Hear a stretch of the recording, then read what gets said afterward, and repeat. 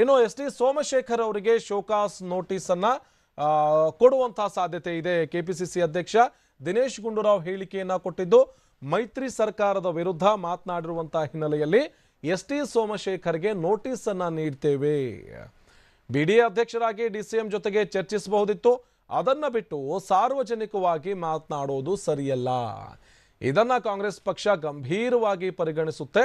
ಬೆಂಗಳೂರಿನಲ್ಲಿ ಕೆಪಿಸಿಸಿ ಅಧ್ಯಕ್ಷ ದಿನೇಶ್ ಗುಂಡೂರಾವ್ ಹೇಳಿಕೆಯನ್ನ ಕೊಟ್ಟಿದ್ದು, ಈ ಹೇಳಿಕೆ ಕೊಟ್ಟಿರುವಂತಹ ಎಸ್ ಟಿ ಸೋಮಶೇಖರ್ ಅವರಿಗೆ ನಾವು ಶೋಕಾಸ್ ನೋಟಿಸ್ ಅನ್ನ ಕೊಡ್ತೀವಿ. ಮೈತ್ರಿ ಸರ್ಕಾರದ ವಿರುದ್ಧ ಅವರು ಮಾತನಾಡಿದ್ದಾರೆ, ಮಾತನಾಡುವಂಥದ್ದು ಸರಿಯಲ್ಲ. ಒಂದೊಮ್ಮೆ ಏನಾದರೂ ಅವರು ಬಿಡಿಎ ಅಧ್ಯಕ್ಷರು ಅಲ್ಲೇನಾದರೂ ಸಮಸ್ಯೆ ಇದ್ರೆ ಡಿಸಿಎಂ ಅವ್ರ ಜೊತೆ ಮಾತನಾಡಬಹುದಿತ್ತು. ಅದೆಲ್ಲವನ್ನು ಕೂಡ ಬಿಟ್ಟು ಬಹಿರಂಗವಾಗಿ ಹೇಳಿಕೆ ಕೊಟ್ಟಿದ್ದಾರಲ್ಲ, ಆ ವಿಚಾರವನ್ನ ಸಹಿಸಿಕೊಳ್ಳೋದಕ್ಕೆ ಸಾಧ್ಯ ಇಲ್ಲ. ಅವರಿಗೆ ನೋಟಿಸ್ ಕೊಡ್ತೀವಿ ಅಂತ ಹೇಳಿ ಕೆಪಿಸಿಸಿ ಅಧ್ಯಕ್ಷ ದಿನೇಶ್ ಗುಂಡೂರಾವ್ ಹೇಳಿಕೆಯೊಂದನ್ನು ಕೊಟ್ಟಿದ್ದು ಬೆಂಗಳೂರಿನಲ್ಲಿ ಅವರು ಮಾತನಾಡ್ತಾ ಇದ್ರು. ಇಲ್ಲ, ಈ ವಿಚಾರವನ್ನೆಲ್ಲ ನಾವು ಚರ್ಚಿಸೋದಕ್ಕೆ ಸಾಧ್ಯ ಇಲ್ಲ, ಅವೆಲ್ಲವೂ ಕೂಡ ಪಕ್ಷದ ಚೌಕಟ್ಟಿನಲ್ಲಿ ಆಗಬೇಕಾಗಿರುವಂತಹ ಕೆಲಸ. ಯಾಕೆ ಹೇಳಿಕೆ ಕೊಟ್ಟರು, ಅವ್ರಿಗೆ ನೋಟಿಸ್ ಕೊಡ್ತೀವಿ ಅಂತ. ಇವತ್ತು ಎಸ್ ಟಿ ಸೋಮಶೇಖರ್ ಅವರ ಸ್ಟೇಟ್ಮೆಂಟ್ ಅನ್ನು ಇವತ್ತು ಬೆಳಗ್ಗೆ ನಾನು ನೋಡಿದ್ದೀನಿ. ಇದು ಅತ್ಯಂತ ಆಕ್ಷೇಪಕ್ಕೆ ಒಳಗಾಗ್ತಕ್ಕಂಥ ಸ್ಟೇಟ್ಮೆಂಟ್. ಇದು ಶಿಸ್ತನ್ನು ಮೀರ್ತಕ್ಕಂಥ ಸ್ಟೇಟ್ಮೆಂಟ್. ಇವತ್ತು ಮೈತ್ರಿ ಸರ್ಕಾರ ಬೆಂಗಳೂರು ನಗರ ವಿಚಾರದಲ್ಲಿ ಸಾಕಷ್ಟು ಕೆಲಸ ಕಾರ್ಯಗಳು ಮಾಡ್ತಾ ಇದೆ. ಹಿಂದಿನ ಸರ್ಕಾರ ತಗೊಂಡಿರ್ತಕ್ಕಂಥ ಕೆಲಸಗಳು ಕೂಡ ಜಾರಿ ಆಗ್ತಾ ಇದೆ ಸಿದ್ದರಾಮಯ್ಯ ಅವರ ಸರ್ಕಾರ ಇದ್ದಾಗ.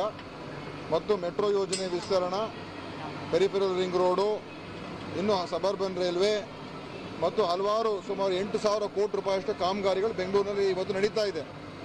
ಆದ್ದರಿಂದ ಇವತ್ತು ಸೋಮಶೇಖರ್ ಅವರು ಬಿಡಿಎ ಅಧ್ಯಕ್ಷರು ಅವ್ರು ಈ ರೀತಿಯಾಗಿ ಸಾರ್ವಜನಿಕವಾಗಿ ಹೇಳಿಕೆ ಕೊಡ್ತಕ್ಕಂಥದ್ದು ಸರಿಯಲ್ಲ. ಅದು ನಾನು ಅದನ್ನು ಖಂಡಿಸ್ತೀನಿ ಮತ್ತು ಅವ್ರ ಮೇಲೆ ಶೋಕಾಸ್ ನೋಟಿಸನ್ನು ಇಶ್ಯೂ ಮಾಡ್ತಾ ಇದ್ದೀನಿ. ಯಾಕೆಂತ ಹೇಳಿದರೆ ನಮ್ಮ ಸರ್ಕಾರದಲ್ಲಿ ಏನಾದರೂ ಲೋಪದೋಷಗಳಿದ್ರೆ ಅದು ನಮ್ಮ ಜೊತೆ ಬಂದು ಚರ್ಚೆ ಮಾಡಬೇಕು ಮತ್ತು ಮುಖ್ಯಮಂತ್ರಿ ಜೊತೆ ನೇರವಾಗಿ ಚರ್ಚೆ ಮಾಡ್ಬೋದು.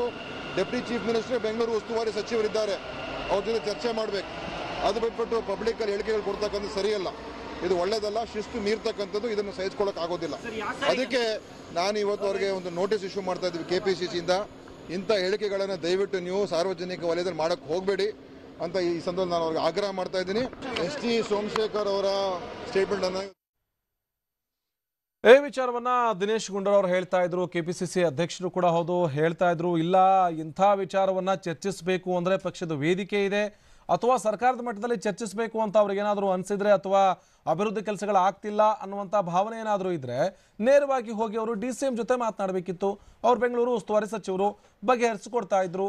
ಇಲ್ಲ ಅಂತ ಹೇಳಿದ್ರೆ ನೇರವಾಗಿ ಹೋಗಿ ಸಿಎಂ ಅವ್ರ ಜೊತೆಗೂ ಕೂಡ ಮಾತಾಡಬೇಕಿತ್ತು.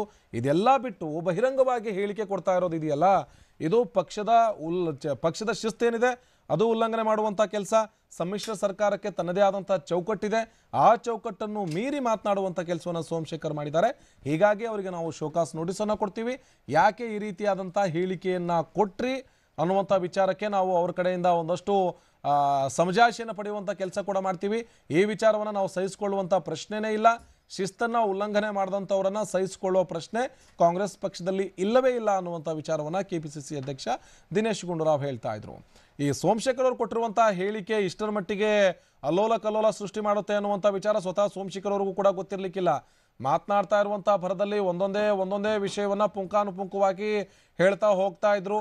ಸಿದ್ದರಾಮಯ್ಯನವರು ಇದ್ದಂತಹ ಕಾಲದಲ್ಲಿ ಆದಂತಹ ಕೆಲಸಗಳು, ತಮ್ಮ ಕ್ಷೇತ್ರಗಳಿಗೆ ಬಿಡುಗಡೆ ಆದಂತಹ ಅನುದಾನ ಎಷ್ಟರ ಮಟ್ಟಿಗಿತ್ತು ಅನ್ನುವಂಥ ವಿಚಾರ ಹೇಳ್ತಾನೆ ಸಮ್ಮಿಶ್ರ ಸರ್ಕಾರದ ವಿರುದ್ಧ ಕಿಡಿಕಾರುವಂಥ ಕೆಲಸ ಸೋಮಶೇಖರ್ ಮಾಡಿದ್ರು.